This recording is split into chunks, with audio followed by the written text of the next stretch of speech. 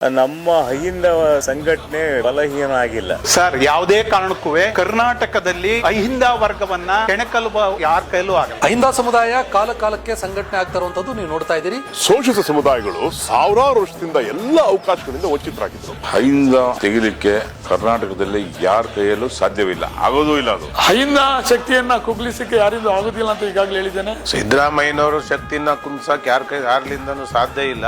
ಈಗ ಸಿದ್ದರಾಮಯ್ಯನವರು ಎಲ್ಲಿವರೆಗೂ ಇರ್ತಾರೆ ಅಲ್ಲಿವರೆಗೂ ಕಾಂಗ್ರೆಸ್ಗೆ ಯಾವ ಪ್ರಾಬ್ಲಮ್ ಇಲ್ಲ. ಅಹಿಂದ ಶಕ್ತಿಯನ್ನ ಕುಗ್ಗಿಸುವಂತ ಯಾವುದೇ ವರ್ಗ ಪ್ರಬಲವಾಗಿಲ್ಲ, ಯಾವುದೇ ಕಾರಣಕ್ಕಾಗಿಲ್ಲ. ಇನ್ನು ಅದು ಬಲಿಷ್ಠವಾಗ್ತದೆ ಹೊರತು ಯಾವುದೇ ಕಾರಣಕ್ಕೂ ಅದು ಬಲಹೀನ ಆಗ್ತಾ ಇಲ್ಲ. ಕಾನೂನು ತಜ್ಞ ಎಲ್.ಜಿ. ಹಾವನೂರ್ ಅವರು ಹಿಂದುಳಿದ ವರ್ಗಗಳ ಅಭಿವೃದ್ಧಿಗಾಗಿ ರಾಜ್ಯ ಸರ್ಕಾರಕ್ಕೆ ವರದಿ ಸಲ್ಲಿಸಿ ಇದೇ ತಿಂಗಳು 19ನೇ ತಾರೀಕಿಗೆ 50 ವರ್ಷಗಳು ತುಂಬುತ್ತಾ ಇದ್ದಾವೆ. ಎಲ್.ಜಿ. ಹಾವನೂರು ವರದಿ ಕೊಟ್ಟು 50 ವರ್ಷ ಆಗುವಂತಹ ಈ ಸಂದರ್ಭವನ್ನು ಸುವರ್ಣ ಮಹೋತ್ಸವದ ಸಂದರ್ಭ ಅಂತ ತಿಳಿದು ಇದೊಂದು ಐತಿಹಾಸಿಕ ಘಟ್ಟ ಅಂತ ಹೇಳ್ಬಹುದು. 19ನೇ ತಾರೀಕು ನಮ್ಮ ಬೆಂಗಳೂರಿಗೆ ಹಾವನೂರು ಕಾರ್ಯಕ್ರಮಕ್ಕೆ ಎಲ್ಲರೂ ಭಾಗವಹಿಸಬೇಕು. ಇದನ್ನ ಆಚರಣೆ ಮಾಡೋದಕ್ಕೋಸ್ಕರ ಒಂದು ಸುವರ್ಣ ಮಹೋತ್ಸವವನ್ನ ಹಮ್ಮಿಕೊಂಡಿದ್ದೀವಿ.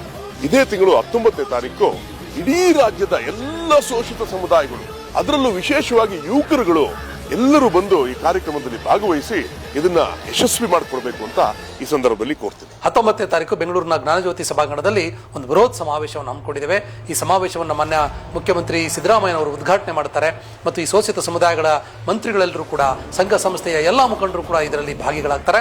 ರಾಜ್ಯ ಮಟ್ಟದಲ್ಲಿ, ಜಿಲ್ಲಾ ಮಟ್ಟದಲ್ಲಿ, ತಾಲೂಕು ಮಟ್ಟದಲ್ಲಿ ಕೆಲಸ ಮಾಡ್ತಿರುವಂತಹ ಎಲ್ಲ ಅಹಿಂದ ನಾಯಕರುಗಳು ಈ ಕಾರ್ಯಕ್ರಮದಲ್ಲಿ ಭಾಗಿಗಳಾಗ್ತಾರೆ.